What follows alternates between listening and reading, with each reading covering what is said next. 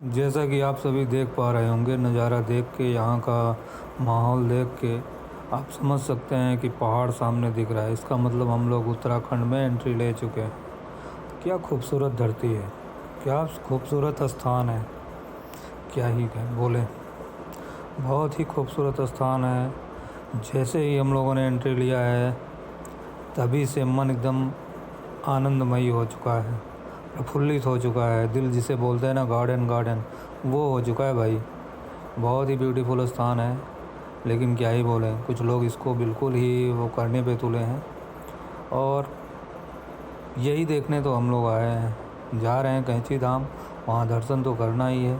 लेकिन उसके साथ साथ ये जो नज़ारे हैं ना, प्यारे प्यारे पहाड़, नेचर, यही, और एक खालीपन चाहिए, बहुत भीड़ भाड़ नहीं। अगर आप अप्रैल मई मार्च में हम आते तो उस समय भीड़ भाड़ बहुत ज़्यादा होता। लेकिन जिस महीने में आए हैं ना, फरवरी में, और जानबूझ के हमने चुना ये महीना कि ना ज़्यादा ठंडी है और ना गर्मी आई है, तो ज़्यादा लोग इस पहाड़ों की तरफ पलायन करेंगे नहीं।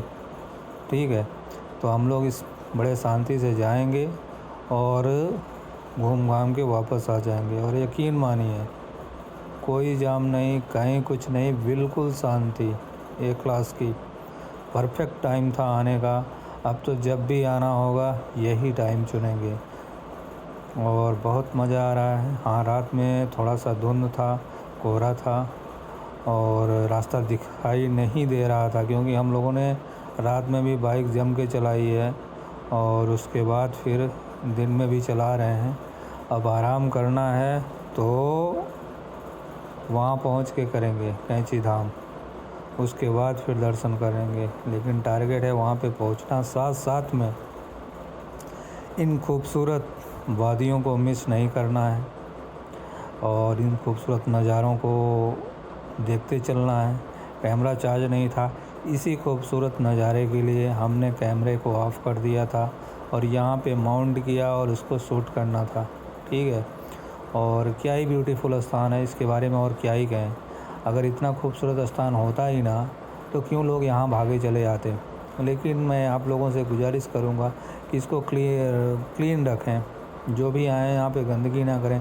हम तो वेस्टेज अपना बिल्कुल ऐसा कुछ नहीं करते कि खाने पीने के दौरान भी या यहाँ पे आने के दौरान भी हम लोगों ने ऐसा कुछ नहीं किया कि जो कि यहाँ की धरती को गंदा करे। ठीक है, अब यहाँ के लोगों ने अगर कुछ थोड़ा बहुत कर रखा है, बाहरी भी आते हैं, लेकिन यहाँ के लोगों ने अगर कुछ कर रखा है तो उनको भी समझना चाहिए।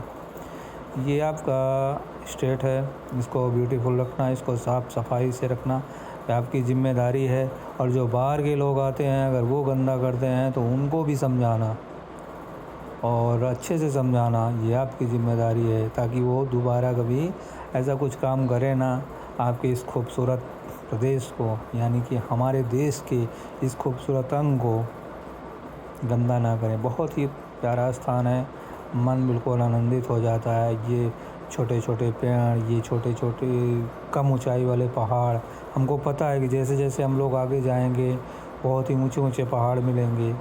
और ये ब्यूटीफुल घर पहाड़ों के बीच में, कितना अच्छा लगता है, बहुत अच्छा लगता है। खासकर उनको तो लुभावना लगेगा ही, क्योंकि हम जहाँ से आ रहे हैं वो मैदानी क्षेत्र है। ऐसा नहीं है कि हमारे अगल बगल पहाड़ नहीं हैं, उधर मध्य प्रदेश में भी पहाड़ हैं, लेकिन ये पहाड़ और वो पहाड़, ये फॉरेस्ट वो फॉरेस्ट, ज़मीन आसमान का फ़र्क है। ये सदाबहार हैं, हमेशा हरे भरे रहते हैं, लेकिन वो पहाड़ रॉक चट्टान वाले हैं, वो पतझड़ हैं। ठीक है, गर्मी में वहाँ पे कुछ ऐसा नज़ारा नहीं होता, सारे पत्ते झड़ चुके होते हैं, लेकिन यहाँ पे हरे भरे हैं। बरसात में वहाँ पे अच्छा लगता है, बरसात में वो भी हरे भरे हो जाते हैं जंगल। लेकिन जो ऊंचाई इन पहाड़ों की है, जो खूबसूरती इन पहाड़ों के रास्तों की है, वो वहाँ पे नहीं है, यकीन मानिए। बहुत ही, अगर इससे मिलते जुलते पहाड़ हैं तो फिर आप हिमाचल कह सकते हैं। दो ही ऐसे स्थान हैं जिन्हें देवभूमि और जो भी कहा जाता है, यही दो स्थान हैं। और ये छोटी सी नदी है और हम लोग ब्रिज पार कर रहे हैं। और जब से काफ़ी स्ट्रेस था, रात में गाड़ी चलाए, नींद भी लग रही थी, लग रहा था यार क्या ही एकदम फ्रेश रहेंगे, अब थे नहीं। लेकिन जैसे ही उत्तराखंड में एंट्री ली और इन पहाड़ों को देखा तो दिल प्रसन्न हो गया। सारी थकान दूर हो गई और बिल्कुल एकदम मस्त लग रहा है। तो सभी से गुजारिश करेंगे कि कभी समय निकाल के बाइक उठाओ, साइकिल उठाओ, पैदल चलो, बस जाओ, ट्रेन से जाओ, जैसे भी जाना हो, आना हो आओ और घूमो यार, ठीक है। मज़े करो, थोड़ा सा अपने लिए जियो भाई। घर में पड़े पड़े या ऑफिस में, घर में, ऑफिस घर या कुछ भी आप जो भी कर रहे हो, बिजनेस या कोई भी काम कर रहे हो, निकालो समय, ठीक है।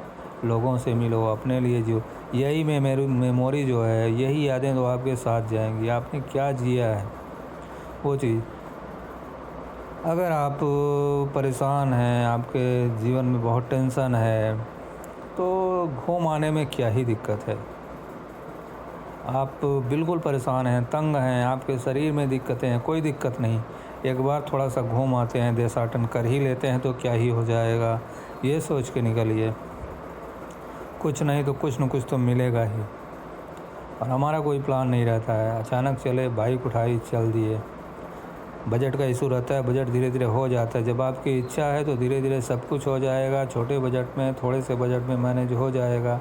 मुझे बाइक के साथ कंफर्टेबल इसलिए रहता है, मैं ट्रेन से भी आ सकता हूँ, किसी चीज़ से भी आ सकता हूँ, लेकिन बाइक के साथ कंफर्टेबल इसलिए रहता हूँ कि अपनी मर्ज़ी है।